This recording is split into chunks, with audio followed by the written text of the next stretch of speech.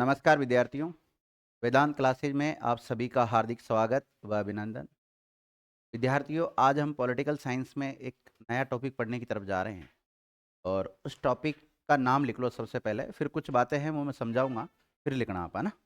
सबसे पहले टॉपिक का नाम लिखना, महाधिवक्ता। क्या लिखेंगे आप?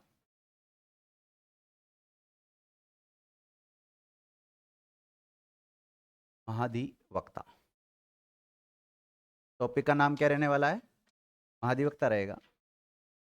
देखिएगा विद्यार्थियों, अगर हम बात करें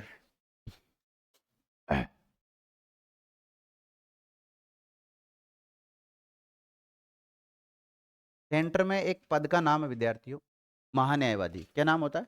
महान्यायवादी। उसी प्रकार राज्य में होता है महाधिवक्ता। क्या होता है? महाधिवक्ता। ठीक है, केवल आप टॉपिक का नाम लिख लें महाधिवक्ता, और बाकी कुछ बातें हैं इनको हम तुलनात्मक दृष्टि में आपको समझा देता हूँ, फिर एक एक फैक्ट आपको लिखा दूंगा। ठीक है, अब देखिएगा विद्यार्थियों, महान्यायवादी की बात करें हम तो भारत के संविधान का जो भाग संख्या 5 है उसमें इस महान्यायवादी का उल्लेख मिलता है। महान्यायवादी का उल्लेख कौन से भाग मिलता है? भाग 5 में मिलता है। तो महाधिवक्ता का उल्लेख किस में मिलेगा? भाग 6 में। किस में मिलता है? भाग 6 में इसका उल्लेख मिलता है।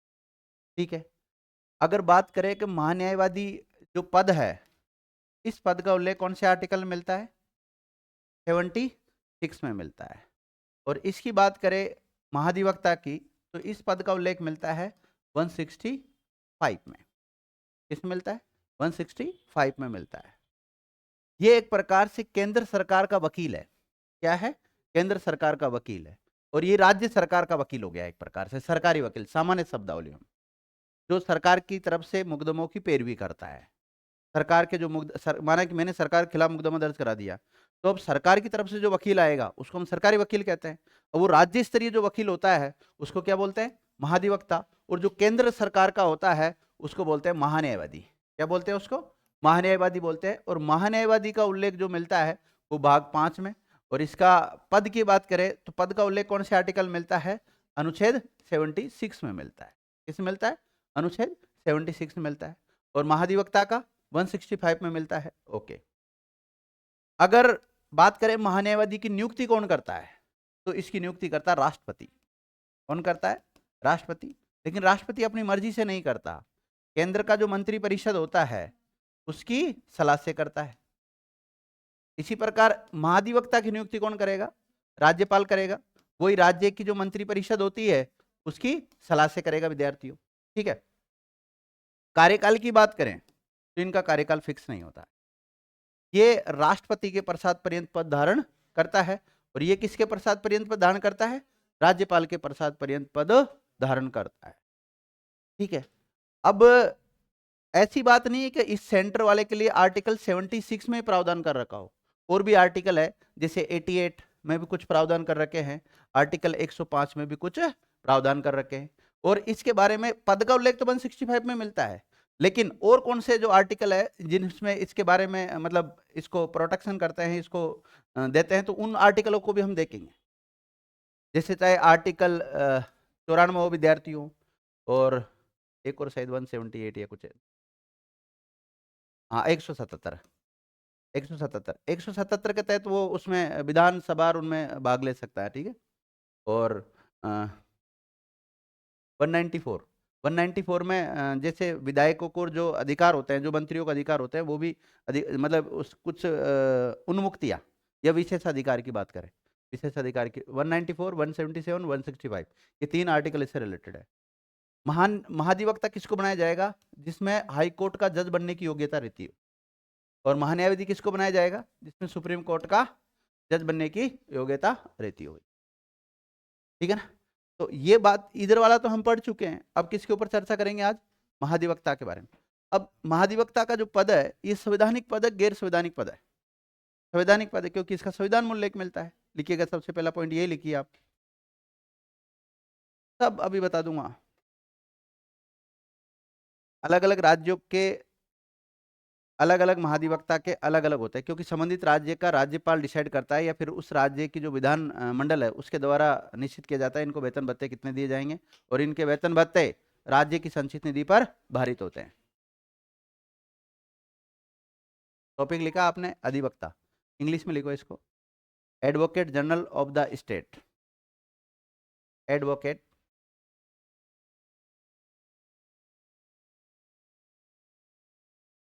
जनरल ऑफ द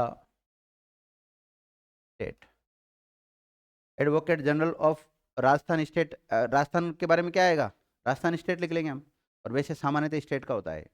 अलग अलग राज्यों में अलग अलग महाधिवक्ता होता है, ध्यान रखना।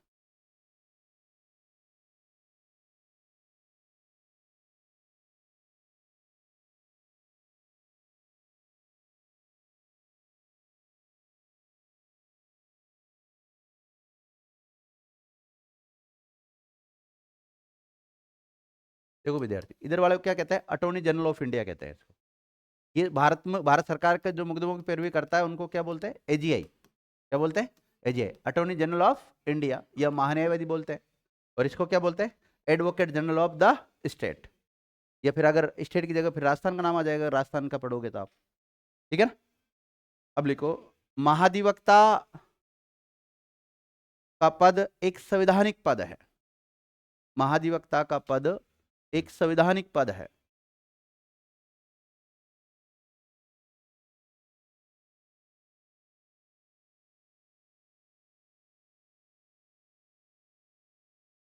कैसा पद है विद्यार्थियों, संवैधानिक पद है, जिसका उल्लेख जिसका उल्लेख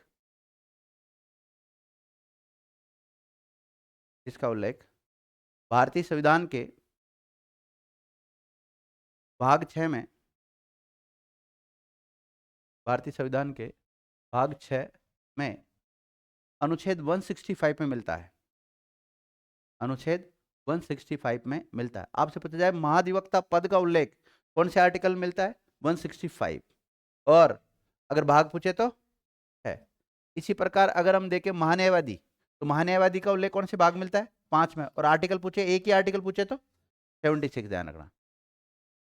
लिखो, जिस प्रकार केंद्र में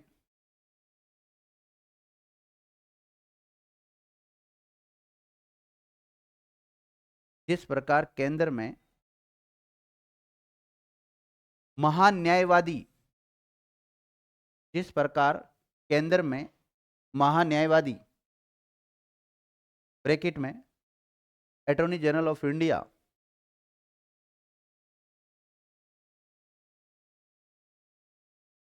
अटॉर्नी जनरल ऑफ इंडिया होता है, उसी की भांति जिस प्रकार केंद्र में महान्यायवादी होता है, उसी की भांति राज्यों में महाधिवक्ता होता है, यानी advocate general of the state होता है ना।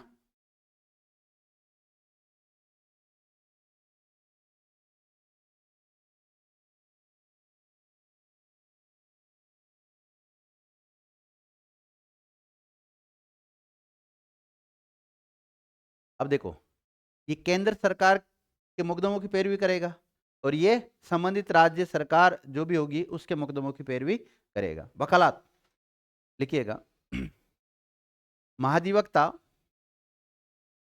संबंधित राज्य सरकार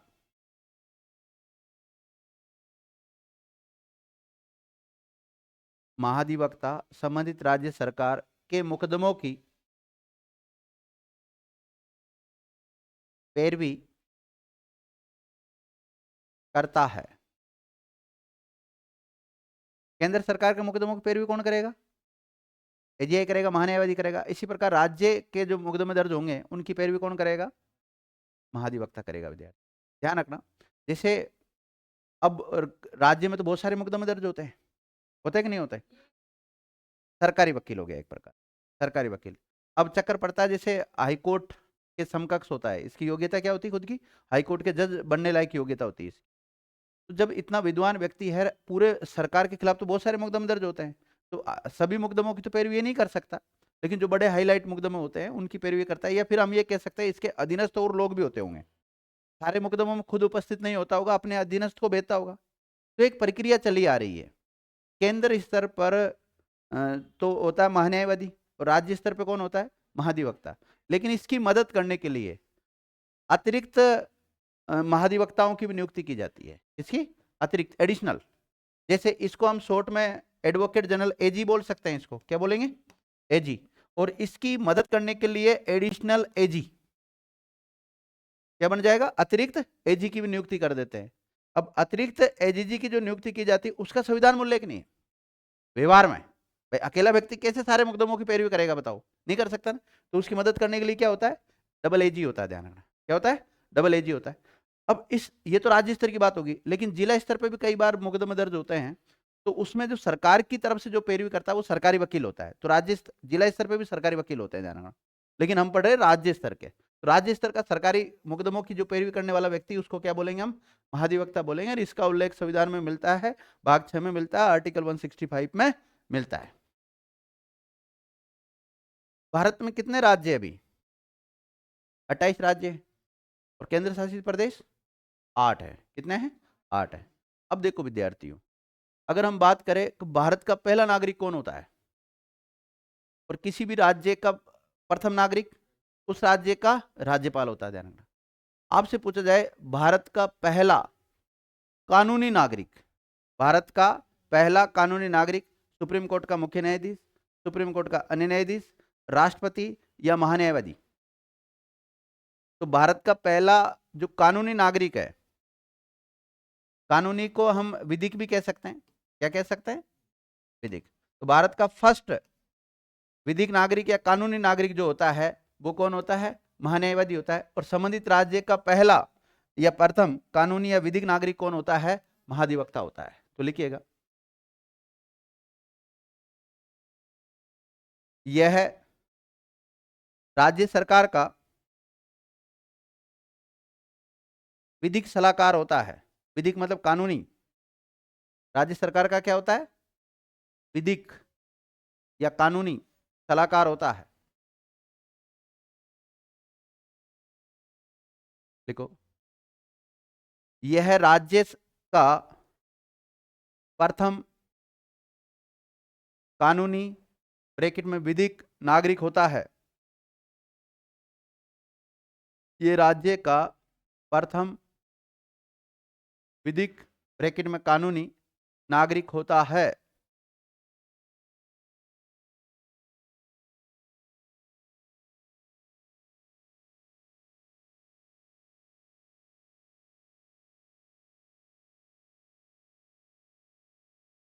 लिख लिया विद्यार्थियों?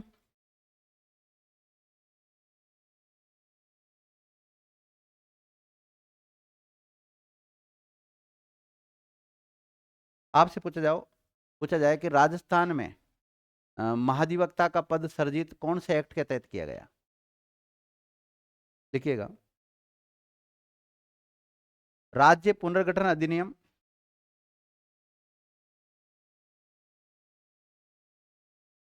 राज्य पुनर्गठन अधिनियम 1956, राज्य पुनर्गठन अधिनियम 1956 के तहत महाधिवक्ता का पद सर्जित किया गया।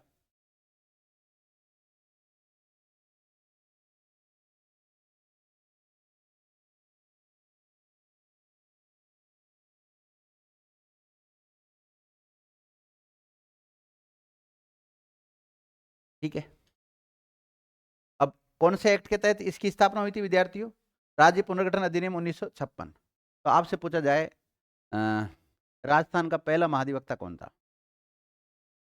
फर्स्ट पूछते हैं ना कई बार, पहले पहला तो पूछ ही सकते हैं। बताओ कौन था? वर्तमान बता दो। हाँ, वर्तमान में तो कौन है? राजेंद्र प्रसाद गुप्ता है। और पहला था जीसी कासलीवाल। कौन था? जीसी का लिखना नहीं, मैं लिखा दूंगा सब। जीसी कासलीवाल। और ये सरकारी मुकदमों की पैरवी करता है विद्यार्थियों। इसकी मुकदमों की पैरवी करता है। सरकारी मुकदमों की पैरवी करता है। तो क्या ये सरकारी कर्मचारी है? हाँ भाई, महाधिवक्ता सरकारी कर्मचारी होता है कि नहीं होता है? होता है। सरकारी मुकदमों की पैरवी जरूर करा, लेकिन सरकारी कर्मचारी नहीं कह सकते इसको। लिखिएगा, महाधिवक्ता, महान्यायवादी भी नहीं होता सरकारी कर्मचारी, ध्यान रखना। देखो, महाधिवक्ता सरकारी कर्मचारी नहीं होता है, सरकारी कर्मचारी नहीं होता है।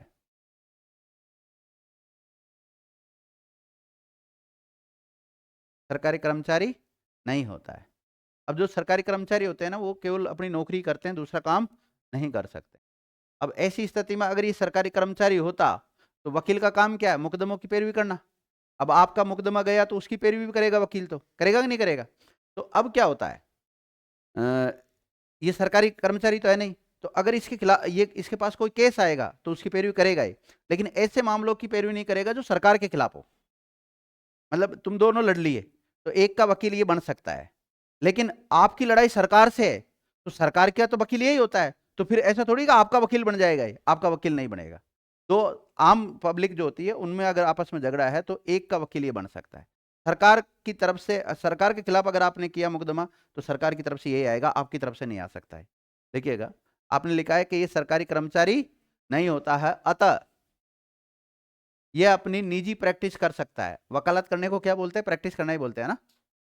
अतः यह अपनी निजी प्रैक्टिस कर सकता है, लेकिन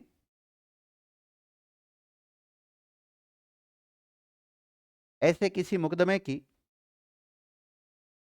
पैरवी नहीं करेगा।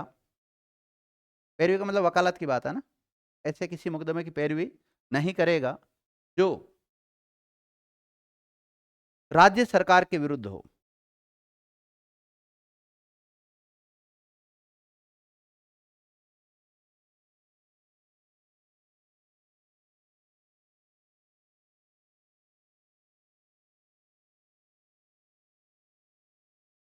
लिख लिया? अब देखो, इसके दो हेडक्वार्टर विद्यार्थियों, मतलब दो कार्यालय इसके। अब राजस्थान का, राजस्थान हाईकोर्ट की मुख्य पीठ कहाँ है? जोधपुर में। और अन्य खंडपीठ कहाँ है? जयपुर। तो इसके ये भी दो जगह ही होगा फिर। मतलब मुख्य कार्यालय तो कहाँ पर होगा इसका? जोधपुर। और अन्य कार्यालय कहाँ पर होगा इसका? जयपुर होगा, ध्यान रखना। एक तो जोधपुर होगा, मेन कार्यालय तो कहाँ है? जोधपुर है। और अन्य कहाँ है? अब एक व्यक्ति दिल्ली, कभी जोधपुर कभी जयपुर थोड़ी भागेगा ही। तो फिर अगर नॉर्मल केस होते हैं ना, तो उनमें तो क्या करता है, जैसे माना कि ये खुद बेटा जोधपुर, कहाँ बेटा है? जोधपुर रहता है, जोधपुर मेन कार्यालय वहां है। तो जयपुर वाले में किसको भेज देगा फिर ये? एजीजी को भेजेगा, एडिशनल एडवोकेट जनरल को। किसको? हाँ, वो अलग होता है। हाँ हाँ, वो अलग मामला बहन जी। वो तो मतलब, अब वो तो जब हम गुलाम थे उस समय की बात है। अब तो ऐसी पोस्ट है ही नहीं ना। वो तो आप उसमें एकीकरण के समय देखी होगी आपने, वो पोस्ट है। हाँ, तो उस समय पहले हुआ करते थे, जब रियासती काल थे ना, तो उनके ऊपर कंट्रोल करने के लिए एजीजी होता था, एजेंट टू गवर्नर जनरल, बिल्कुल। हाँ, उसका फुल फॉर्म अलग होता है, वो एजीजी है। वो आजकल नहीं है वो पोस्ट, वो पोस्ट वर्तमान में समाप्त हो चुकी है। हाँ, ठीक है, एज जीके के हिसाब से आपको याद रखना है कि एजीजी अलग है, और हम इसको डबल एजी कहते हैं। हम क्या कहते हैं इसको? हाँ, एजी बोलना चाहिए था मुझे, एजी जो गलती से बोल दिया हो सकता है। नहीं, एजी का मतलब तो क्या है, ये महाधिवक्ता, यानी एडवोकेट जनरल। और डबल एजी, इसको क्या बोलो आप? डबल एजी बोलो। तो डबल एजी का मतलब क्या है? एडिशनल एडवोकेट जनरल, एडिशनल, अतिरिक्त। और ऐसे तो यहां पर भी आया एजीआई, इसका मतलब क्या है? अटॉर्नी जनरल ऑफ इंडिया है। इसको हिंदी में क्या बोलेंगे? महान्यायवादी बोलेंगे। जब भी तो मैंने दोनों को साथ में लिखा है तुलनात्मक दृष्टि से। क्या लिखा है बोलना वापिस? लास्ट फैक्ट क्या लिखा था, उससे कंटिन्यू कराओ। ठीक है, ठीक है। अब लिखो, महाधिवक्ता का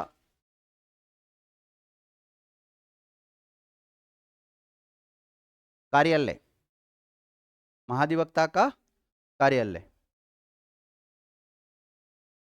पहला लिखो। राजस्थान हाईकोर्ट मुख्य खंडपीठ जोधपुर में, कहाँ पर है?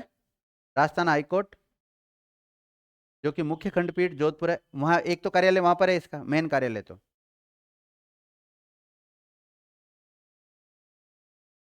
मुख्य खंडपीठ, वो दोनों ही खंडपीठ होती है, लेकिन वो मेन है और ये अन्य है। जयपुर वाली क्या है? अन्य। आपने लिखा होगा राजस्थान हाईकोर्ट मुख्य खंडपीठ जोधपुर, और दूसरा लिखो राजस्थान हाईकोर्ट अन्य खंडपीठ जयपुर, अन्य खंडपीठ जयपुर। समझ गए? तो इसकी अपने जो राजस्थान का हाईकोर्ट है उसकी दो पीठ है, एक तो मेन है और एक अन्य। तो मुख्य खंडपीठ तो कहाँ है? जोधपुर है, और अन्य कहाँ है? जयपुर है जाना, और जहां पर यह हाईकोर्ट है वहीं इनका कार्यालय। ठीक है, तो दोनों का कार्यालय, इनका कार्यालय भी हो गया। अब आप ऐसे मत कहना कि सर वहां तो एजी बैठता है, यहाँ एजीजी बैठता है।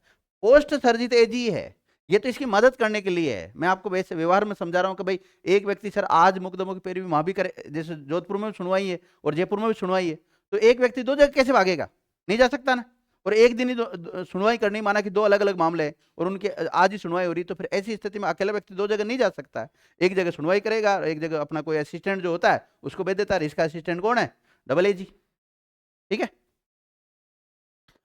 अब देखिएगा, अब हम जानेंगे कि इसका जो पोस्ट है वो एक संवैधानिक है, कॉन्स्टिट्यूशनल पोस्ट है। अब कॉन्स्टिट्यूशनल पोस्ट है तो कॉन्स्टिट्यूशन में इसका उल्लेख मिलता होगा, और कॉन्स्टिट्यूशन में उल्लेख मिलता है, बिल्कुल बताया आपको, भाग 6 में मिलता है और 165 में मिलता है, और इससे संबंधित और आर्टिकल भी है जिनमें महाधिवक्ता के बारे में उल्लेख मिलता है। तो अब लिखेंगे हम महाधिवक्ता से संबंधित संवैधानिक प्रावधान।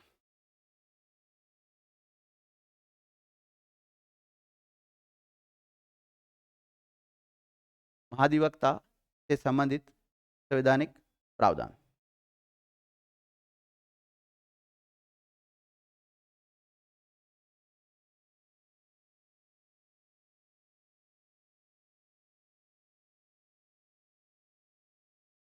देखो अनुच्छेद 165, पहले वन लाइनर के रूप में लिखाऊंगा, फिर एक एक को डिटेल से लिखाऊंगा ना। तीन जो आर्टिकल है ना, पहले वन लाइनर फैक्ट के रूप में लिखाऊंगा और फिर इनको एक एक को डिटेल से पढ़ाऊंगा मैं। 165 में लिखो, देखो इस अनुच्छेद में राज्य के महाधिवक्ता का उल्लेख मिलता है।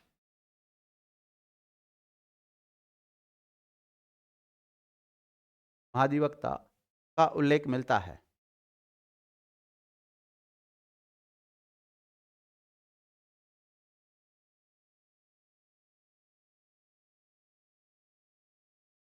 कई बार आप डिटेल से पढ़ लेते हैं, जो उसकी मेन बात वो रह जाती है, तो वो आर्टिकल कहना क्या चाहता है। अब 177 क्या कहता है कि जो ये महाधिवक्ता होता है, एजी बोल दो इसको, एजी होता है, ये संबंधित राज्य का जो विधानमंडल होता है या उस विधानमंडल की कोई कमेटियां हैं, तो उन समितियों में भाग ले सकता है, लेकिन मत नहीं दे सकता है। तो उससे मतलब भाग लेने से संबंधित जो अधिकार है उसका उल्लेख किस मिलता है? 177 मिलता है। तो लिखिएगा राज्य विधायिका या विधानमंडल, राज्य विधायिका, विधायिका का मतलब विधानमंडल है, ध्यान रखना, राज्य विधायिका के सदनों तथा उसकी समितियों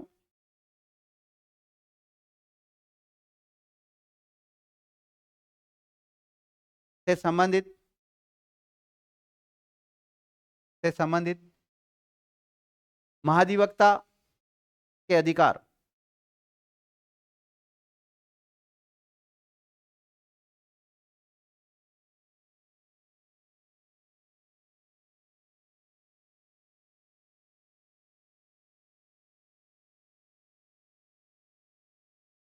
अगला लिखो अनुच्छेद 194,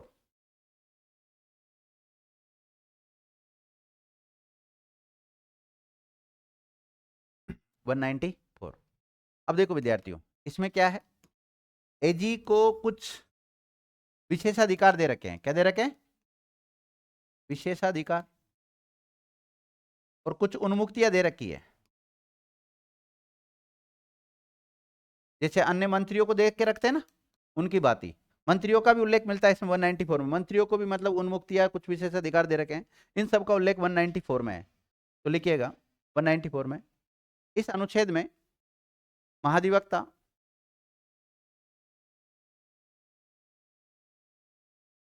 के विशेषाधिकार और उन्मुक्तियों का उल्लेख मिलता है। विशेषाधिकार और उन्मुक्तियों का उल्लेख मिलता है। अब ऐसी बात नहीं है, ध्यान रखना, इसमें मंत्री का भी मिलता है, ध्यान रखना भाई। मंत्री को जो विशेषाधिकार देते हैं ना या उन्मुक्तियां दे रखी, उनका भी उल्लेख मिलता है। लेकिन मैं मंत्री परिषद थोड़ी पढ़ा रहा हूं आपको, मैं तो क्या पढ़ा रहा हूं? एजी पढ़ा रहा हूं, महाधिवक्ता पढ़ा रहा हूं। तो महाधिवक्ता शब्द इसलिए लिखवाया मैंने। और जो 177 है ना ये वाला, इसमें मंत्री को भी अधिकार है। किसको अधिकार है? इसमें मंत्री को भी अधिकार होता है। इनमें विधानसभा की जो अन्य बैठक, जिस सदन का सदस्य नहीं होता उसमें भी वो भाग लेता है, बोल सकता है, वो सारी बातों का उल्लेख उसमें मिलता है। तो आपको 3 आर्टिकल देखना है। 165 में तो महाधिवक्ता पद का उल्लेख है, अगर मोटा मोटा देखे तो इसमें पद का उल्लेख है। और इसमें जो विधानमंडल के सदस्य नहीं होते हुए भी उनमें भाग लेता है, उनके बारे में प्रावधान कर रखा है। और कुछ विशेष अधिकार दे रखे हैं या कुछ में छूट दे रखी है इसको, उन सब के बारे में उल्लेख किस मिलता है? 194 में मिलता है। ठीक है, तीनों आर्टिकल शॉर्ट में लिख लिया आपने। अब लिखो अनुच्छेद 165 वापस।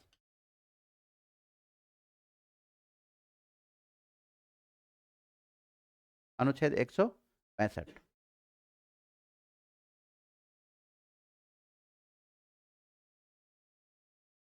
देखो, इस अनुच्छेद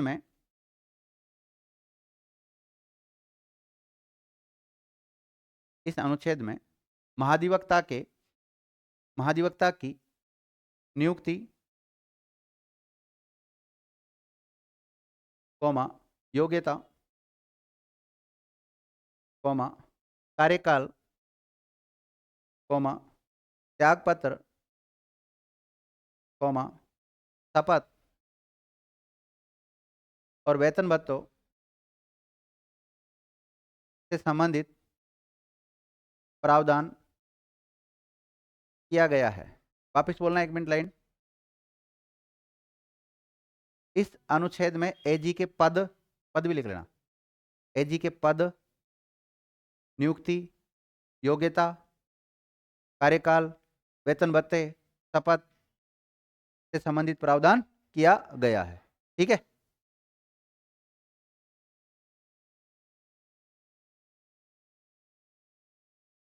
पहला पॉइंट डालो इसमें से, नियुक्ति।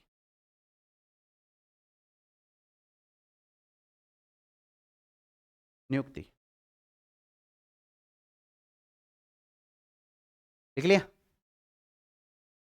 देखो, महाधिवक्ता की नियुक्ति संबंधित राज्य के राज्यपाल के द्वारा,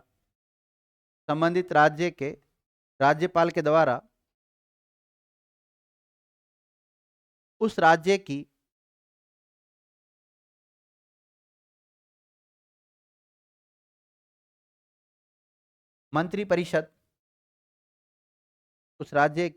मंत्रिपरिषद की सलाह से की जाती है।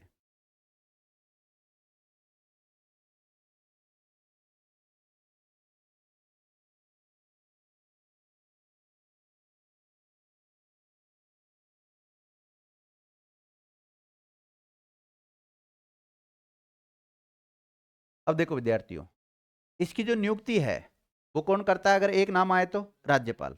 जैसे राज्यपाल, राष्ट्रपति, उपराष्ट्रपति, ऐसे कई नाम आते हैं, 4-5 नाम आते हैं, तो उसमें हमें क्या करना? राज्यपाल। लेकिन फिर भी विकल्प दूसरा तीसरा ढूंढना है कि भाई सलाह, अगर किसी सलाह वाली बात भी अगर आ रही तो फिर उस विकल्प का चयन करना है आपको। तो राज्यपाल करता है, लेकिन संबंधित राज्य की जो मंत्रिपरिषद होती है उसकी सलाह पर। और आपको पता है संबंधित राज्य की जो मंत्रिपरिषद होती है उसका हेड कौन होता है?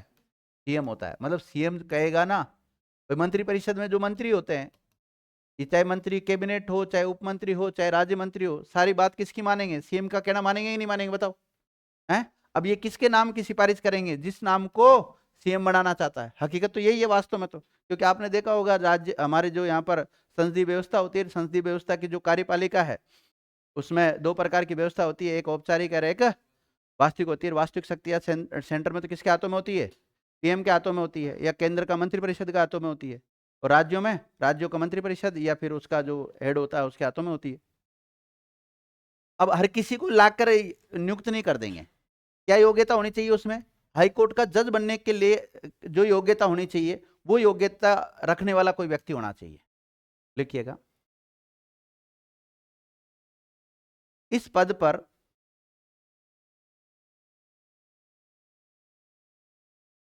पर ऐसे व्यक्ति को नियुक्त किया जाएगा, इस पद पर ऐसे व्यक्ति को नियुक्त किया जाता है जो हाईकोर्ट का न्यायाधीश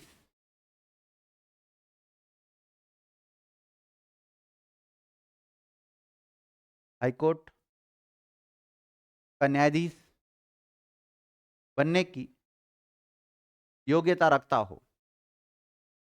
अब हाईकोर्ट में भी देखो, मुख्य न्यायाधीश अलग होता है, अन्य न्यायाधीश अलग होते हैं ना।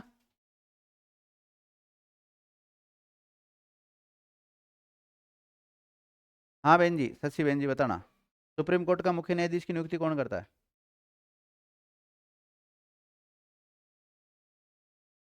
हाँ सुने हैं, कौन करता है? राष्ट्रपति। अन्य की? और हाईकोर्ट का मुख्य न्यायाधीश की? राज्यों में होता है हाईकोर्ट। और अन्य की? सेंटर वाली बात ठीक है, स्टेट वाली गलत है आपकी। देखिएगा, संबंधित राज्यों का जो हाईकोर्ट होता है ना, हाईकोर्ट का जो मुख्य न्यायाधीश हो चाहे अन्य न्यायाधीश हो, इन सब की नियुक्ति कौन करता है? राष्ट्रपति करता है, ध्यान रखना। अब देखिएगा, लेकिन ये हाईकोर्ट का जज बनने की योग्यता रख रहा है, लेकिन यहां पर इसकी नियुक्ति कौन कर रहा है? गवर्नर कर रहा है। कौन कर रहा है? गवर्नर कर रहा है। अब हम ये लिख लेते हैं विद्यार्थियों, योग्यता। क्या लिख लेते हैं? योग्यता। अगला पॉइंट डाल सकते हो चाहो तो आप। नियुक्ति हो गया ना पॉइंट अपना। तो नियुक्ति पर कैसे व्यक्ति को नियुक्त किया जाएगा? ऐसा व्यक्ति जो हाईकोर्ट का जज बनने की योग्यता रखता हो उसको। ठीक है,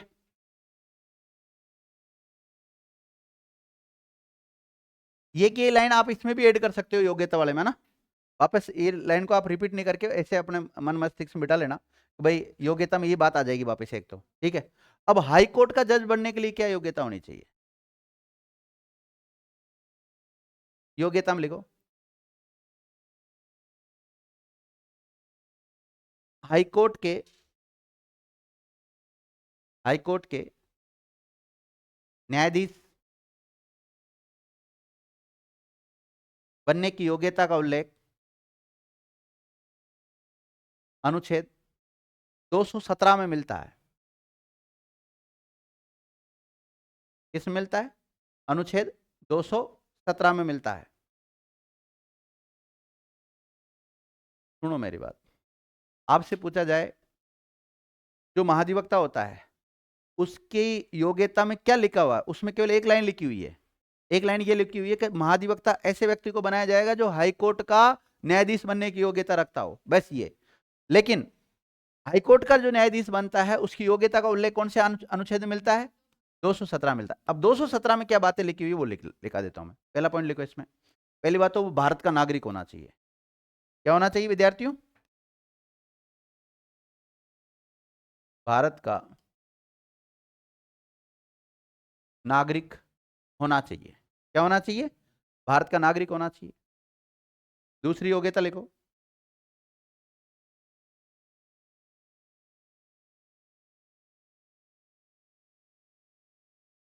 न्यायिक सेवा में रहने का 10 साल का एक्सपीरियंस होना चाहिए। जज होते हैं ना, जज, सामान्य जज, उनके रूप में कितने साल का एक्सपीरियंस होना चाहिए? 10 साल का।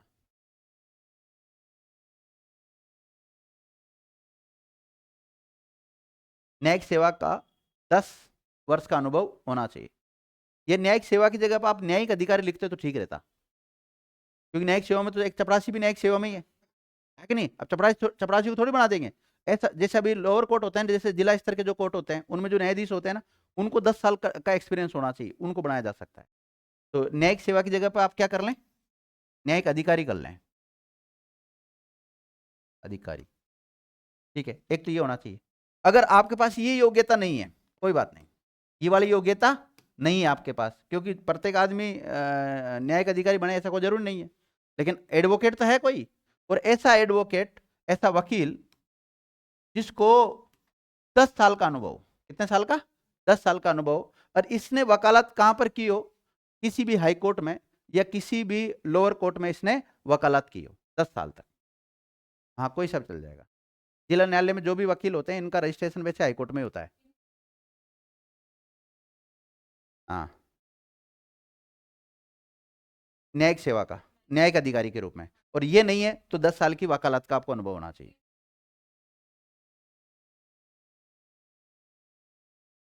हाँ, तो हाईकोर्ट के जज की लिखा रहा हूं मैं, ये इसकी नहीं लिखा रहा हूं, मैं हाईकोर्ट के जज की लिखा रहा हूं, क्योंकि इसके बारे में तो कॉन्स्टिट्यूशन में इतनी बात लिखी हुई है कि महाधिवक्ता उसको बनाया जाएगा जो हाईकोर्ट का जज बनने की योग्यता रखता हो, बस एक लाइन लिख के फ्री हो तो। लेकिन ये तो हम आपको डिटेल से अलग से लिखा रहे हैं कि हाईकोर्ट के जज के बारे में उल्लेख मिलता है, वो कौन से आर्टिकल मिलता है, 217 में मिलता है। जैसे मेरी बात सुनना, भारत का जो राष्ट्रपति होता है उसको कौन सी प्रक्रिया से हटाया जाता है, महाभियोग प्रक्रिया से हटाया जाता है, और महाभियोग प्रक्रिया का उल्लेख किसमें मिलता है, 61 में मिलता है। अब मैंने आपको जब आर्टिकल 61 पढ़ाया होगा तो उस समय सारी डिटेल लिखा दी होगी, कैसे महाभियोग लेकर आते हैं, कौन सा सदन में लाते हैं, किस बहुमत से उसको पारित करते हैं, क्या प्रक्रिया होती है पूरी, ओके। लेकिन जैसे हमने सुप्रीम कोर्ट का मुख्य न्यायाधीश को हटाया, तो सुप्रीम कोर्ट का मुख्य न्यायाधीश में हमने लिखा कि इस सुप्रीम कोर्ट के मुख्य न्यायाधीश को उसी तरीके से हटाया जाएगा जिस तरीके से भारत के राष्ट्रपति को हटाया जाता है, अर्थात महाभियोग प्रक्रिया, डायरेक्ट महाभियोग शब्द नहीं है उसके लिए। इसी प्रकार इसके जो महाधिवक्ता होता है उसकी योग्यताओं का उल्लेख इतना स्पष्ट नहीं कर रखा कॉन्स्टिट्यूशन में। कॉन्स्टिट्यूशन में क्या लिख रखा है, केवल हाईकोर्ट का जज बनने की योग्यता रखता हो, हाईकोर्ट का न्यायाधीश बनने की योग्यता रखता हो। ये तो ठीक है, हम फिर हाईकोर्ट के जज बनने के लिए क्या योग्यता होनी चाहिए, क्योंकि बच्चों का अगला क्वेश्चन यही होता है, और इसलिए मैं पहले लिखा देता हूँ ये सारी चीजें। तो आपने इसकी योग्यता लिखी, पहली योग्यता क्या लिखी, दूसरी योग्यता न्यायिक अधिकारी के रूप में 10 वर्ष का अनुभव होना चाहिए, या किसी भी हाईकोर्ट, किसी भी हाईकोर्ट, पब्लिक, अन्य कोर्ट में लगातार 10 वर्ष तक वकालत करने का अनुभव होना चाहिए। 10 वर्ष तक का क्या होना चाहिए, वकालत करने का अनुभव होना चाहिए, दोनों में से एक कोई सा भी।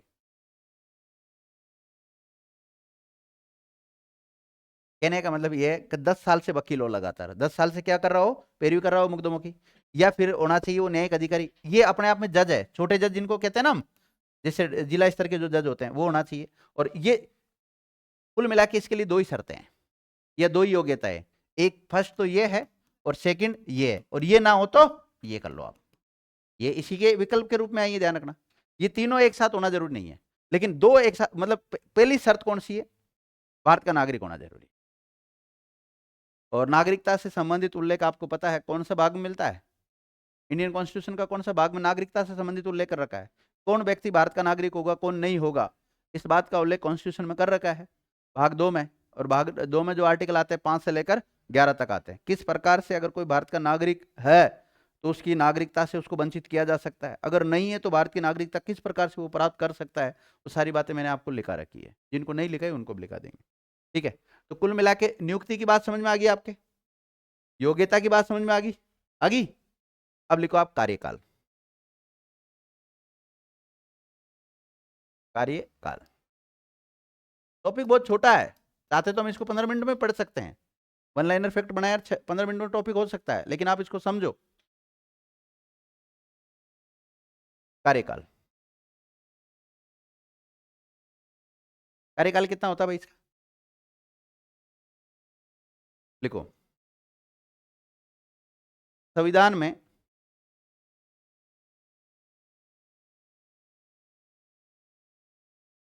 संविधान में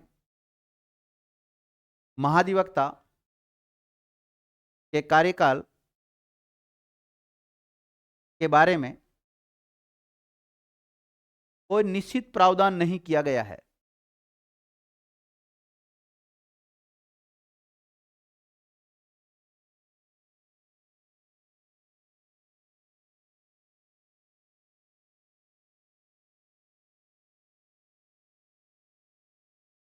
लिख लिया? कोई निश्चित प्रावधान नहीं किया गया है। फिर नोट डालें।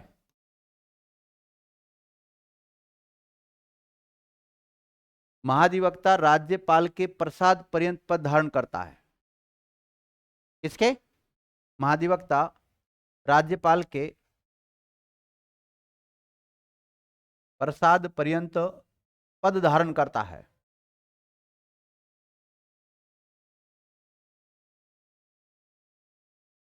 प्रसाद पर्यंत पद धारण करता है। यहां प्रसाद पर्यंत पद धारण करने का तात्पर्य क्या है? देखो, राज्यपाल अपनी मर्जी से नहीं हटा सकता इसको, क्योंकि इसको नियुक्त किसने किया है? राज्यपाल ने। लेकिन किसकी सलाह से? राज्य की मंत्रिपरिषद की सलाह से। तो हटाने की सलाह भी कौन देगा? राज्य की मंत्रिपरिषद ने कह दिया इसको हटाओ, मतलब हटाना ही पड़ेगा फिर आपको। हटाना लिख लो।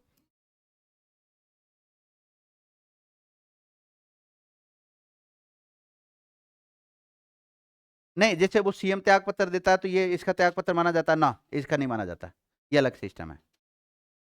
जैसे आप कह रहे हैं कि सर जैसे मंत्री परिषद जो होती है राज्य की, उस मंत्री परिषद का जो हेड है वो सीएम होता है, और सीएम ने अगर त्याग पत्र दे दिया तो मंत्री परिषद समाप्त। तो क्या ऐसे में महाधिवक्ता की पोस्ट भी समाप्त हो जाएगी क्या?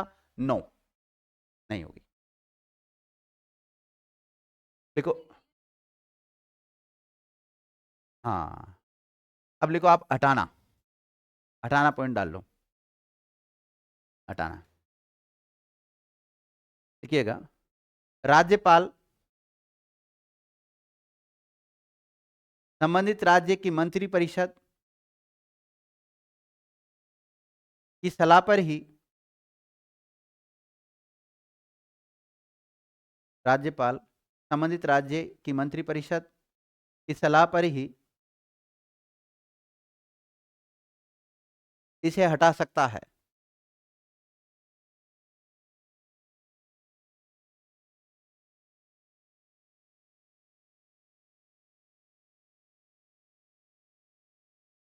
मतलब कुल मिला के राज्यपाल तो एकमात्र साइन करने वाला व्यक्ति होता है, बाकी सारे फैसले तो कौन लेती है? मंत्रिपरिषद लेती है, ध्यान रखना। और मंत्रिपरिषद का हेड ही लेता है वैसे ज्यादातर। हाँ, औपचारिक प्रमुख है तो साइन करने वाला। ठीक है, तो हटाने वाली बात आ गई, आपके कार्यकाल वाली बात आ गई। अब इसका खुद का ही दिमाग खराब हो जाए। इसका माने महाधिवक्ता का खुद का भी दिमाग खराब हो सकता है, खुद भी तो त्याग पत्र देना चाहिए, तो पहले भी तो दे सकता है, तो ये खुद भी त्याग पत्र दे सकता है। तो अपना त्याग पत्र किसको देगा? ये राज्यपाल को देगा विद्यार्थी। तो लिखो त्याग पत्र, अगला पॉइंट देखो, महाधिवक्ता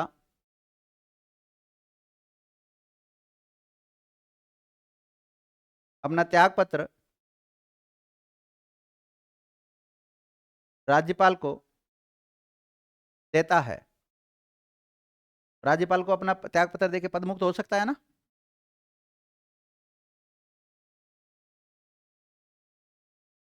शपथ लिख लो। शपथ तो लिखी नहीं, नियुक्ति के बाद में अपने को क्या लिखना चाहिए था? शपथ।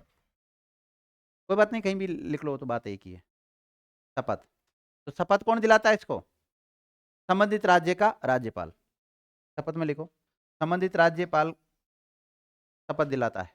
संबंधित राज्य का राज्यपाल इसको शपथ दिलाता है।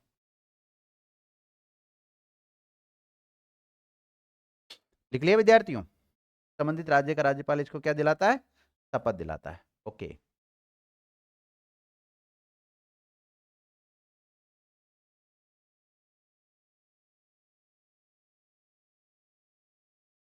देखो वेतन भत्ते।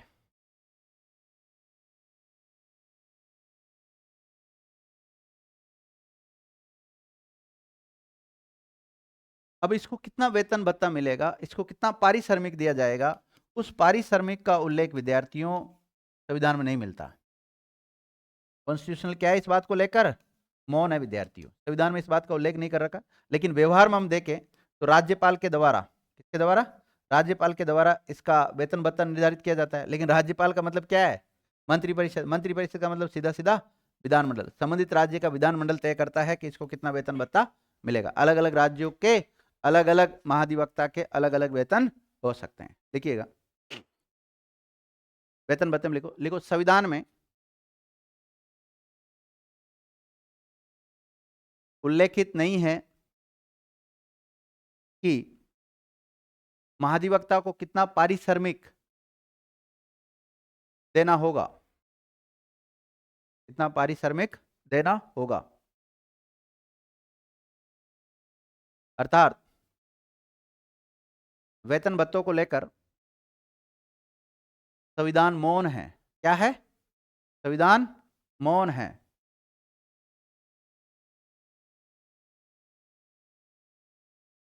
देखो, इनके वेतन भत्तों का निर्धारण राज्यपाल करता है। कौन करता है? राज्यपाल। इनके वेतन भत्तों का निर्धारण राज्यपाल करता है, जो कि संबंधित राज्य की 3 प्रकार की नीतियां होती है ना, संबंधित राज्य की संचित निधि ब्रैकेट में समेकित निधि पर भारित होता है।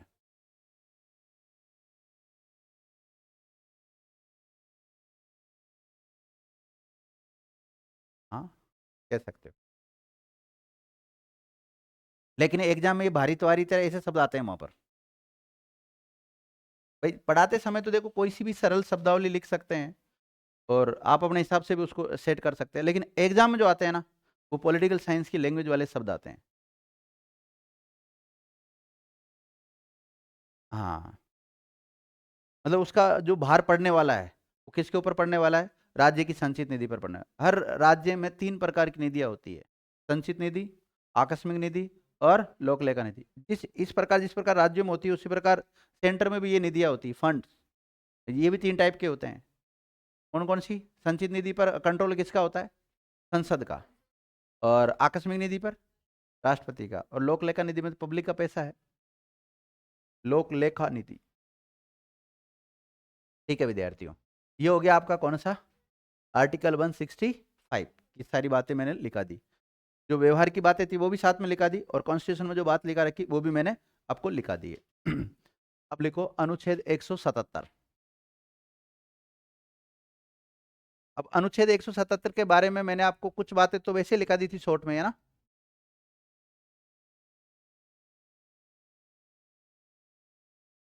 देखो वापस समझा देता हूं। अनुच्छेद 177 महाधिवक्ता को कुछ शक्तियां प्रदान करता है। क्या करता है? शक्तियां प्रदान करता है। शक्तियां ऐसी दे रखी है कि ये विधानमंडल का सदस्य नहीं होता है, फिर भी विधानमंडल, चाहे विधानसभा हो चाहे विधान परिषद हो, उनकी बैठकों में भाग ले सकता है, बोल सकता है, लेकिन मत नहीं दे सकता। और आपको पता है विधानसभा की इनकी खुद की कमेटियां होती है, कुछ जांच समितियां होती है, अलग अलग टाइप की समितियां होती है, तो उन समितियों का इसको सदस्य भी बनाया जा सकता है। उन समितियों की जो बैठक होती है उनमें भी ये भाग ले सकता है। तो ये सारा जो अधिकार देती है इंडियन कॉन्स्टिट्यूशन का, कौन सा आर्टिकल देता है इसको? 177। लिखिएगा। मतलब वोट।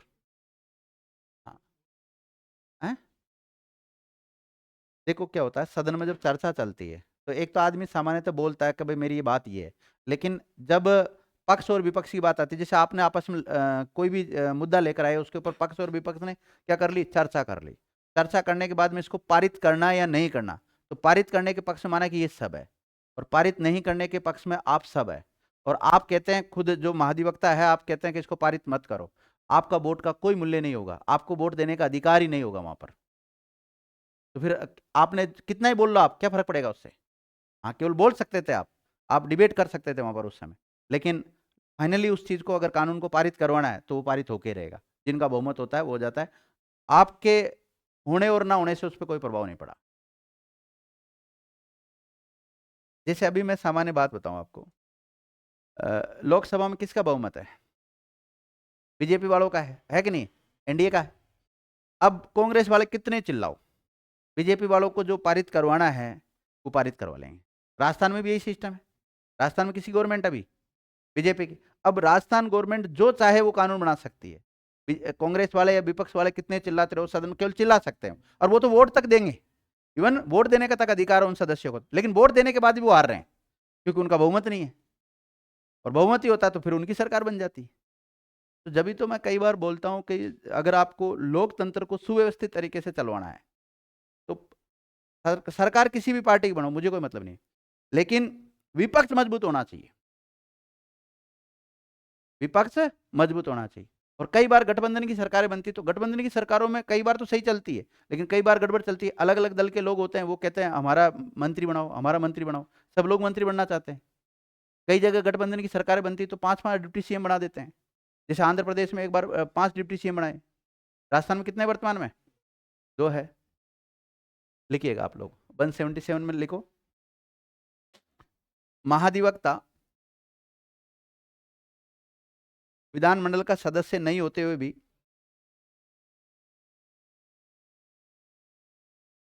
महाधिवक्ता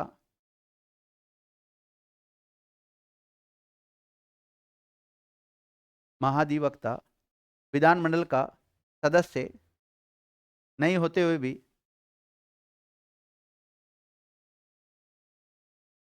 विधानमंडल की बैठकों में भाग ले सकता है।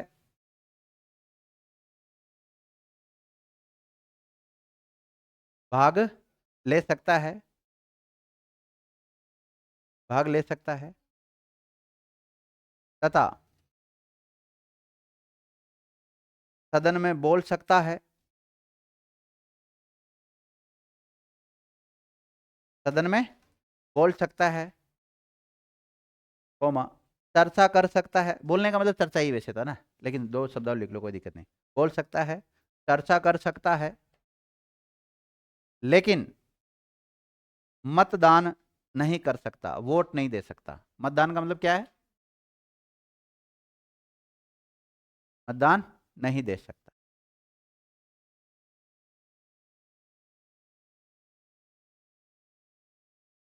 अब देखो, विधानमंडल में आपको पता है कई सारी कमेटियां होती है, जांच कमेटियां होती है ना कई सारी।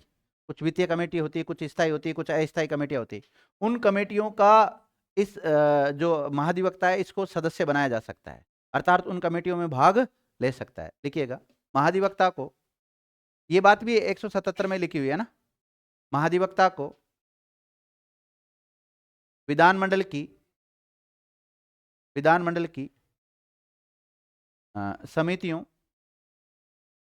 विधानमंडल की समितियों का सदस्य बनाया जा सकता है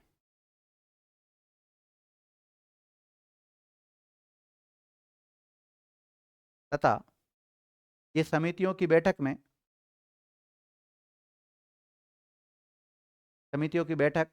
में भी शामिल हो सकता है।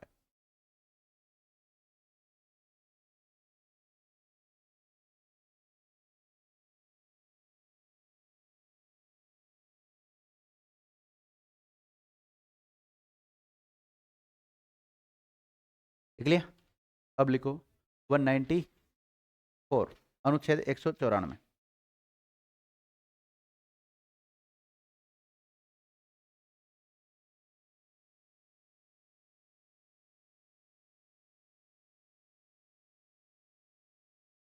194। लिखो कौन सा? मेरी बात सुनो। जैसे विधानमंडल होता है, ठीक है, विधानमंडल में 2 सदन होते हैं, विधानसभा और विधान परिषद। और राज्यपाल इसका क्या होता है? अभिन्न अंग होता है। अब ये जो महाधिवक्ता है एजी, ये इसका सदस्य नहीं है, ना इसका सदस्य है, लेकिन इनकी जब भी बैठक आयोजित होती है, इनके जब भी सत्र चलते हैं, तो इनमें ये भाग ले सकता है, बोल भी सकता है, चर्चा भी कर सकता है, लेकिन मत नहीं दे सकता है। ओके, जैसे माना कि आपने कोई बिल, ये जिसको हम विधेयक कहते हैं, क्या कहते हैं? विधेयक। आपने पेश किया कहां पर? विधानसभा में। तो विधानसभा से पारित होने के बाद में कहां जाएगा? विधान परिषद, फिर कहां जाएगा? राज्यपाल। लेकिन आपने जैसे ही विधानसभा के समक्ष पेश किया, तो यहाँ पर बहुत सारी कमेटियां होती है। क्या होती है? कमेटियां। तो समितियां होती है। तो उन जो समितियां होती है, उन समिति का अगर इसको सदस्य बनाने की आवश्यकता है, तो उस समिति का क्या बनाया जा सकता है? इसको सदस्य। और इस समिति की जब भी बैठक होगी, तो इस बैठक में ये भाग ले सकता है। समझ गए अब तो? हम्म। हाँ, विधानसभा का खुद का सदस्य नहीं होता। वोट अगर इसमें यहाँ पे कोई पारित करने वाली बात हो तो देगा वो, तो उसमें क्या, जब सदस्य है तो समिति के सदस्य के रूप में वोट देगा। ध्यान रखना, जब समिति का सदस्य इसको बना लिया तो वोट देगा ना, फिर तो क्या दिक्कत है। लेकिन वोट जो पारित होने वाली बात होती है ना, वो यहाँ होती है, यहाँ नहीं होती, समिति में नहीं होती। कोई पारित करना नहीं करना, वो तो सिफारिश से देती है समिति। तो समिति का काम क्या है, जांच करना, केवल जांच करके रिपोर्ट दे देगी इसको। और इस रिपोर्ट के आधार पर फिर ये क्या माने माने या नहीं माने, वो विधानसभा के ऊपर डिपेंड करेगा। मतलब कोई ऐसा बिल लेकर आए आप जिसमें जांच करवाने की आवश्यकता, जैसे मेरी बात सुनो, अभी कोचिंगों पर कोचिंगों से रिलेटेड कोई एक बिल लेकर आए थे, कानून भी बन गया हालांकि वो तो। अब उस बिल को लेकर आए तो विधानसभा में पेश किया, राजस्थान में कहाँ किया, विधानसभा में पेश किया। विधानसभा में पेश करने के बाद में उस कानून में विधानसभा अध्यक्ष को लगा कुछ न कुछ कमियां है इसमें, तो इसको एक काम करो, जांच समिति के पास भेज दो। किसके पास भेज दो, जांच समिति। अब जांच समिति का सदस्य एजी को भी बना रखा है। किसको बना रखा है, एजी को बना रखा है, क्योंकि कल को मुकदमे होंगे सरकार के खिलाफ, तो यही करेगा जांच, तो उनकी यही करेगा पैरवी। तो फिर ऐसी स्थिति में ये जब इसका मेंबर है तो फिर ये भी अपनी रिपोर्ट देगा, सारे सदस्य मिलकर देंगे रिपोर्ट। तो और ये रिपोर्ट किसके पास आएगी, विधानसभा के पास। अब विधानसभा के ऊपर डिपेंड करता है कि इस प्रक्रिया को आगे बढ़ावे कि नहीं बढ़ावे, इसको पारित करे कि नहीं करे, वो तो इनके ऊपर डिपेंड करेगा। समझ गए बहन जी? अब विधानमंडल नहीं पढ़ा क्या आपने? पढ़ाया ना मैंने आपको, विधानमंडल में तो आए थे आप। अभी विधानमंडल ही तो चल रहा था इससे पहले। अच्छा, लास्ट टाइम आए थे आप? हाँ। देखो, जिसने संसद और विधानमंडल दोनों पढ़ रखा, उनको थोड़ा बहुत इन कमेटियों के बारे में पता होगा, है कि नहीं है? है? तुम्हारा है समझ में कैसे समिति का सदस्य रह सकता है और कैसे, आ गया ना? कोई नहीं, एक दो बार आप पढ़ोगे तो आ जाएगा अपना। क्या लिखा बहन जी, बोलना। हाँ, 194 के बारे में लिखो। देखो, इस अनुच्छेद में महाधिवक्ता को वही विशेषाधिकार प्राप्त होंगे, वही विशेषाधिकार और उन्मुक्तियां प्राप्त होगी जो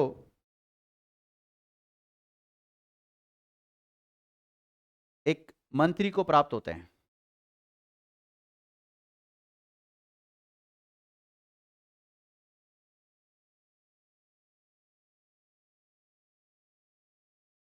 एक मंत्री को प्राप्त होते हैं। लिख लिया?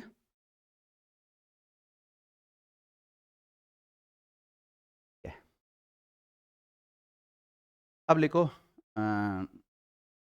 महाधिवक्ता के कार्य, हेडिंग डालो, महाधिवक्ता के कार्य। हाँ भाई, काम क्या है इसका?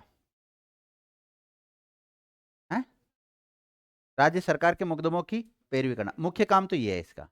लेकिन इसके अलावा और काम भी होते हैं समय समय पे, जैसे राज्यपाल ने इसको कोई दूसरा काम दे दिया कि भाई आप इस मामले की क्या करो, जांच करो, तो करना पड़ेगा। तो ये वह सारे कार्य करेगा जो संविधान में इसको दे रखे हैं। इसमें संविधान में दे रखे हैं, या कोई कानूनी, किसी को कानून की पेचीदगी है, या कोई कानून बनाकर नया कोई इनको अधिकार दिया है, नया कार्य सौंपा, तो उस कार्य को भी करेगा। ये राज्यपाल समय समय पर इसको जो कार्य सौंपेगा वो सारे काम ये करेगा। तो एक दो पॉइंट बना के लिख लो। पहला कार्य लिखो, राज्य सरकार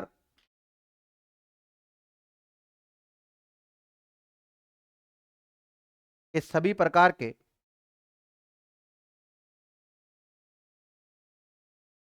मुकदमों की, राज्य सरकार के सभी प्रकार के मुकदमों की पैरवी करना, मुकदमों की पैरवी करना। अब सभी प्रकार कैसे लिखा मैंने? भाई सरकार किसी, जैसे माना कि मैं आम व्यक्ति हूं तो मेरे खिलाफ भी तो कर सकती है सरकार मुकदमा दर्ज, या मैं आम व्यक्ति हूं तो मैं सरकार के खिलाफ कर सकता हूं। तो चाहे सरकार के विरुद्ध हुआ हो या सरकार ने मुकदमा किया हो, दोनों ही मामलों में पैरवी करेगा। ब्रैकेट में लिख सकते हो, सरकार के विरुद्ध या सरकार के द्वारा किए गए मुकदमों में, सरकार के विरुद्ध कोई मुकदमा हुआ उसमें, या सरकार के द्वारा किया गया कोई मुकदमा उसमें, दोनों में पैरवी करता है।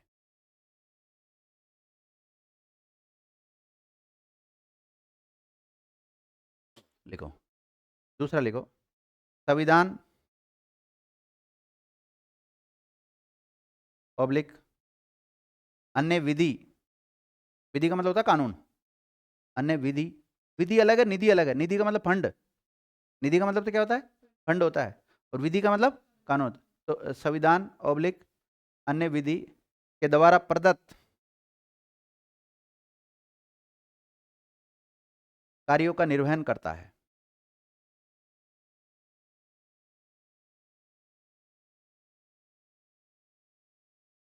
लिख लिया? अगला लिखो, राज्यपाल के द्वारा सौंपे गए, राज्यपाल के द्वारा सौंपे गए कार्यों का निर्वहन करना, का भी निर्वहन करता है।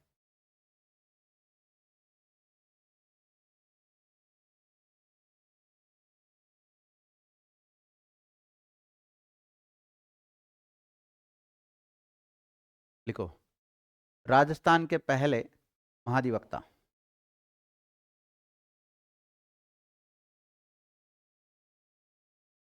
राजस्थान का पहला महाधिवक्ता,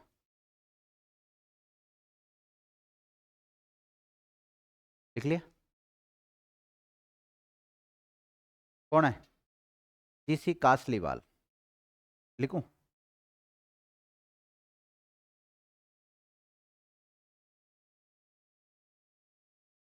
कासलीवाल।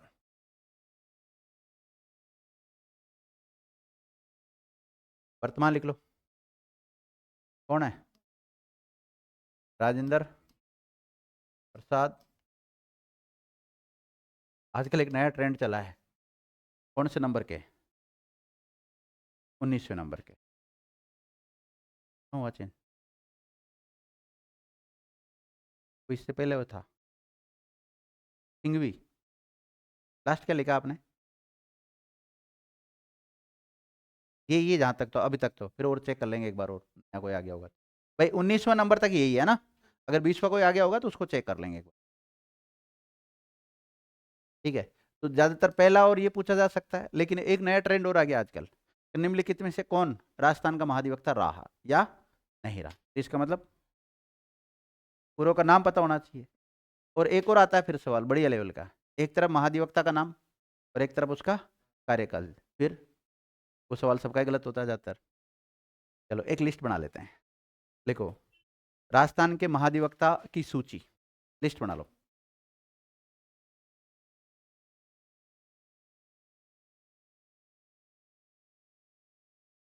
इसमें आप लिखना विद्यार्थियों सीरियल नंबर, फिर महाधिवक्ता का नाम, एजी का नाम। वैसे कार्यकाल इनका फिक्स नहीं होता भैया ना, इसके पश्चात पर्यंत प्रदान करते हैं, तो केवल नियुक्त हुआ जब वो वाले लिख लेंगे हम, कब नियुक्त हुआ। तो कार्यकाल नहीं पूछेंगे आप, टेंशन मत लेना फिर, क्योंकि कार्यकाल फिक्स होता ही नहीं है। कुछ टैक्ट होने चाहिए आपके पास इसके, क्योंकि आपको पता है कार्यकाल से सवाल नहीं आएगा, क्यों? क्योंकि कार्यकाल इसका निश्चित नहीं होता, जिनका कार्यकाल निश्चित होता है ज्यादातर वहां से सवाल आते हैं।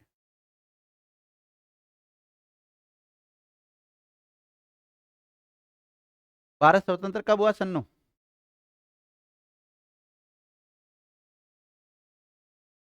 15 अगस्त 1947। हमारा संविधान कब बना था? 1949, हाँ 49 बोलते हैं। लागू कब हुआ था? तो पहली बार इसको जो महाधिवक्ता है इसको कब बनाएंगे हम? 1947 में, 1950 में? हैं? 1950 में? क्यों, अभी लिखा है ना आपको कि इसको राज्य पुनर्गठन अधिनियम 1956 के तहत ये पद सर्जित किया है, तो 56 से पहले इसमें नियुक्ति कैसे करें? हाँ संविधान में उल्लेख था, लेकिन इसका जो पद सर्जित किया गया है 1956 में सर्जित किया है उस एक्ट के तहत, और राजस्थान में 1957 में पहली बार बनेगा। पहला कौन है? जीसी कासलीवाल। पूरा नाम पक्का? मैंने नहीं देखा, ध्यान रखना। गुलाब चंद कासलीवाल। कब बनाया था? 1957 में।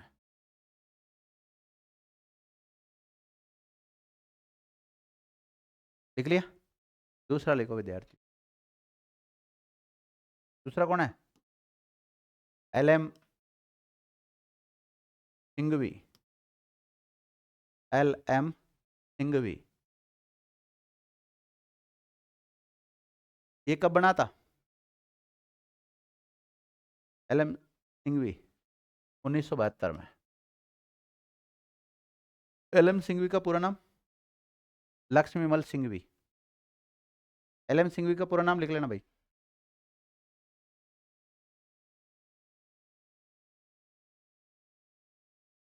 लक्ष्मी मल सिंघवी। 19 नाम लिखने हैं आपको ऐसे। कितने लिखने हैं? 19। अगला कौन है? SK तिवारी। इसको कब बनाया था? 1977।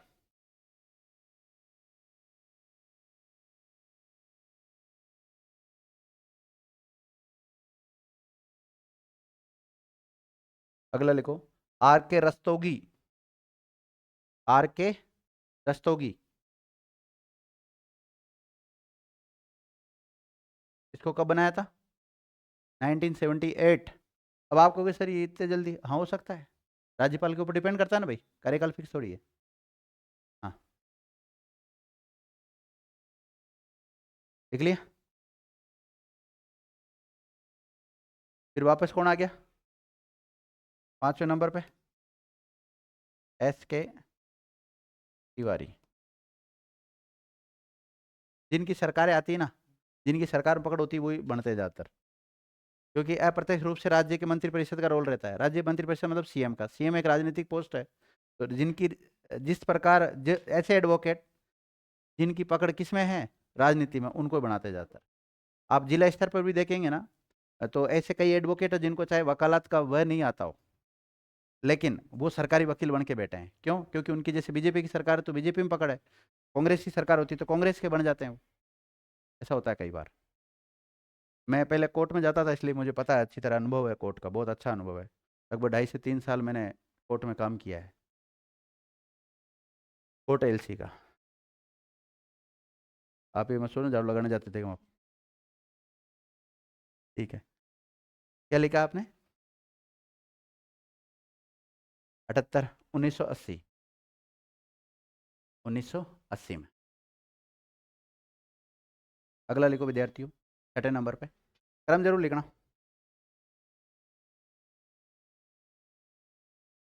AK माथुर। AK माथुर।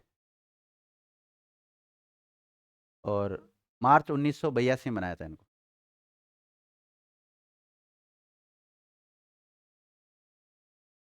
और कैसा बनाया था इनको? कार्यवाहक। ऐसे थे, कार्यवाहक थे, कुछ समय के लिए बनाया था इनको। लिख लिया। अगला लिखो NL जैन।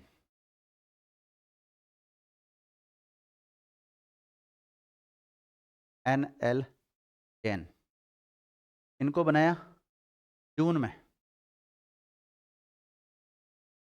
1982 में।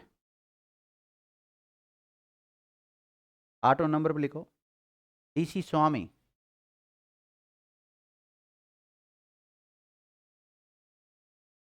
DC स्वामी, और जुलाई 1988 में।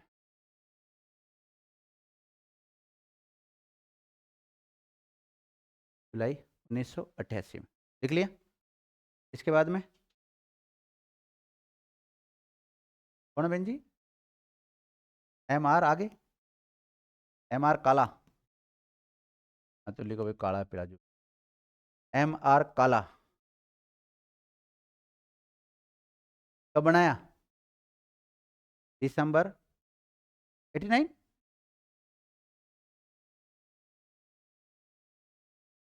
1989, 89।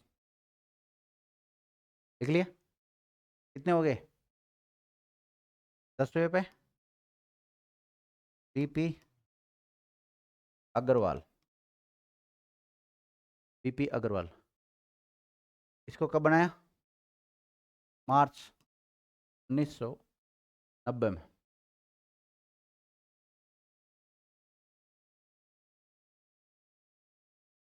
अगला S M Mehta. S K S M, S K लिखा है क्या आपने? S M Mehta. दिसंबर 1992। लिख लिया? अगला 12 नंबर पे लिखो, बीपी अग्रवाल। बीपी अग्रवाल, अग्रवाल लिख लिया? दिसंबर 1993। दिसंबर 1993। कितने हो गए? 13 नंबर पे लिखो विद्यार्थियों, एस के मेहता।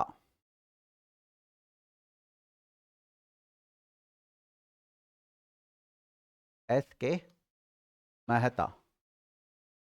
और इसको कब बनाया था? दिसंबर 1998। दिसंबर 98।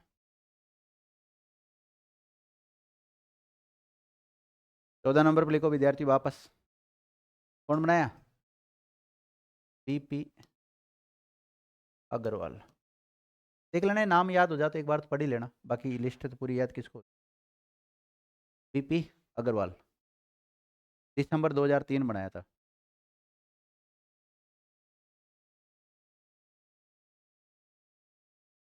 तो यार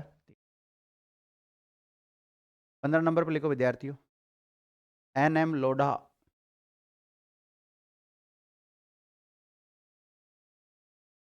लोढ़ा। और ये लिखो सितंबर 2008 में।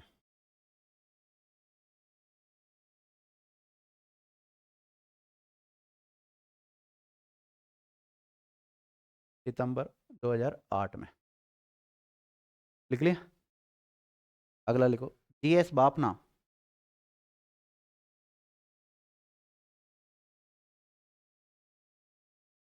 जीएस बापना, ये बनाया दिसंबर 2008 में। कब बनाया था? जीएस बापना क्या नाम है? 17 नंबर पे लिखो वापस वही, कौन? N M Lodha. N M Lodha, पूरा नाम लिख लो इसका, नरपतमल लोढ़ा।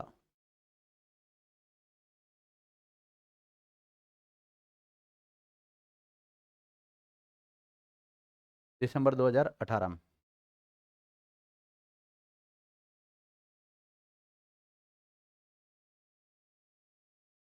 लिख लिया? 18 नंबर पे लिखो,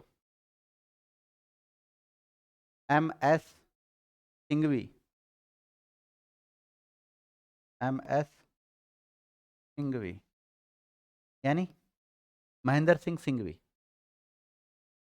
एम एस सिंघवी का पूरा नाम क्या है? महेंद्र सिंह सिंघवी। लिख लिया? इसको बनाया विद्यार्थियों जनवरी 2019 में। और 1900 आपको पता ही है कौन है? राजेंद्र प्रसाद।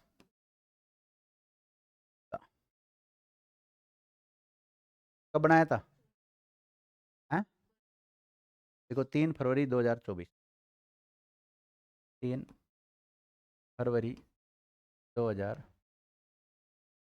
लगातार कर लेना, अगर एक और कोई नया ऐड हो गया होगा तो चेक कर लेंगे एक बार। इसमें मैंने चेक किया था तो मुझे तो यही बताया था अभी तक ने। नोट डालो।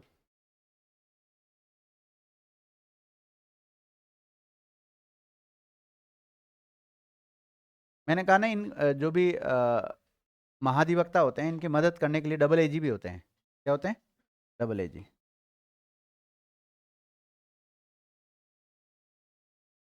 दो 2014 से लेके 2019 तक ये डबल एजी भी रहे हैं। देखिएगा, जनवरी 2014 से, हाँ, राजेंद्र प्रसाद गुप्ता को रेखांकित कर लो आप। देखिएगा, यह जनवरी 2014 से जनवरी 2019 तक, 2019 तक अतिरिक्त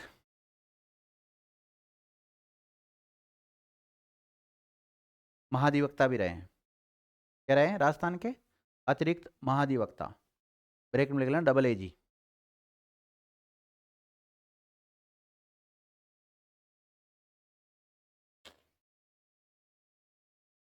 लिख लिया? इनकी नियुक्ति किसने की होगी? राज्यपाल ने। राज्यपाल कौन था इस समय?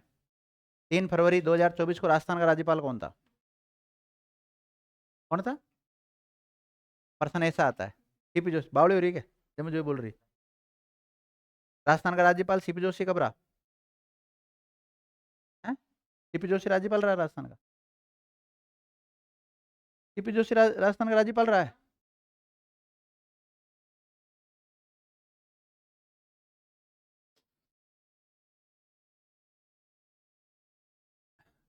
चलो कोई बात नहीं, लिखो इसकी नियुक्ति किसने की? राज्यपाल ने। और राज्यपाल था उस समय कलराज मिश्र। कौन था विद्यार्थियों? कलराज मिश्र।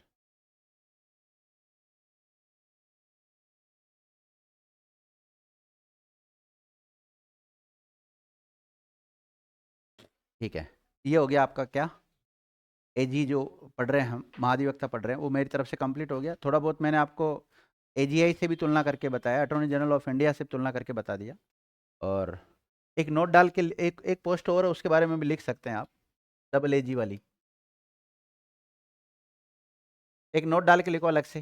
ये इनकी लिस्ट तो होगी, एक दो लाइन छोड़ देना ताकि अगले जब भी ऐड हो तो इनमें ऐड कर सकते हो आप, है ना? आधा पेज छोड़ देना, आधा पेज छोड़ के और फिर कर लेना। अब लिखो, एडिंग डालो, डबल एजी।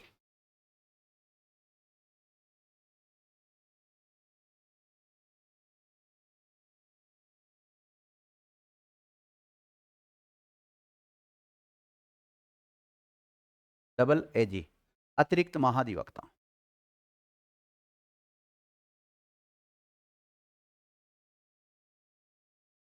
देखो एजी का फुल फॉर्म क्या लिखा है आपको?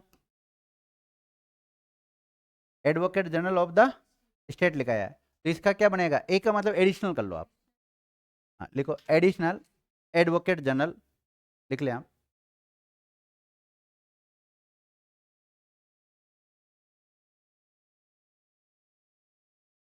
लिखिएगा, यह एक कानूनी अधिकारी होता है, विधिक अधिकारी होता है।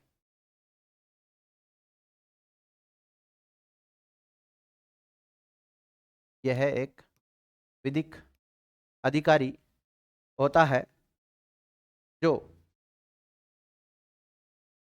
भारत के किसी राज्य, 28 राज्य है ना, और ऑब्लिक केंद्र शासित प्रदेश के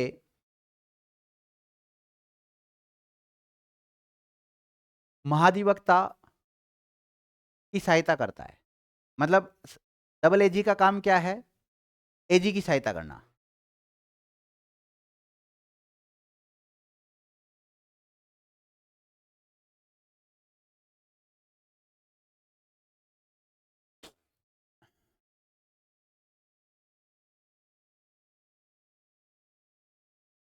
देखो विद्यार्थियों, डबल एजी का उल्लेख कहीं पर भी नहीं है। डबल एजी का उल्लेख मतलब संविधान में नहीं मिलता है। ठीक है, संविधान में किसका उल्लेख मिलता है हमें? एजी का मिलता है, वो भी राज्य स्तर पर। कि राज्य स्तर पर कौन होता है? सरकारी वकील एक प्रकार से एजी होता है। और केंद्र स्तर पर कौन होता है?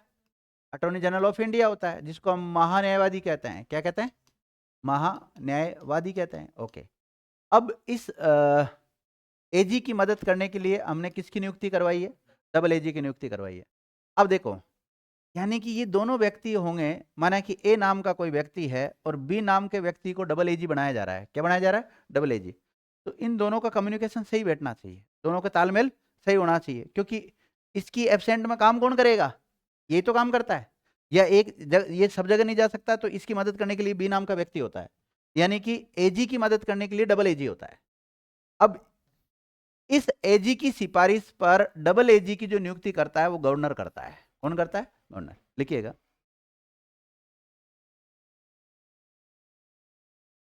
डबल एजी की नियुक्ति, डबल एजी की नियुक्ति एजी की सिफारिश पर, डबल एजी की नियुक्ति एजी की सिफारिश पर राज्यपाल के द्वारा की जाती है। मतलब डबल एजी की नियुक्ति भी कौन दे रहा है? राज्यपाल, लेकिन किसकी सिफारिश पर? एजी की। और ध्यान रखना, मैंने आपको पढ़ाया था कि एजी को नियुक्त कौन करता है? राज्यपाल, लेकिन किसकी सिफारिश पर? मंत्री परिषद, राज्य की मंत्री परिषद। ये थोड़ा सा ध्यान रखें आप, ठीक है? लिखिएगा, अब ये काम क्या करेगा? ये एजी इसको जो काम सौंपेगा वही तो काम करेगा। तो लिखिएगा, एजी के द्वारा सौंपे गए कार्यों का पालन करता है।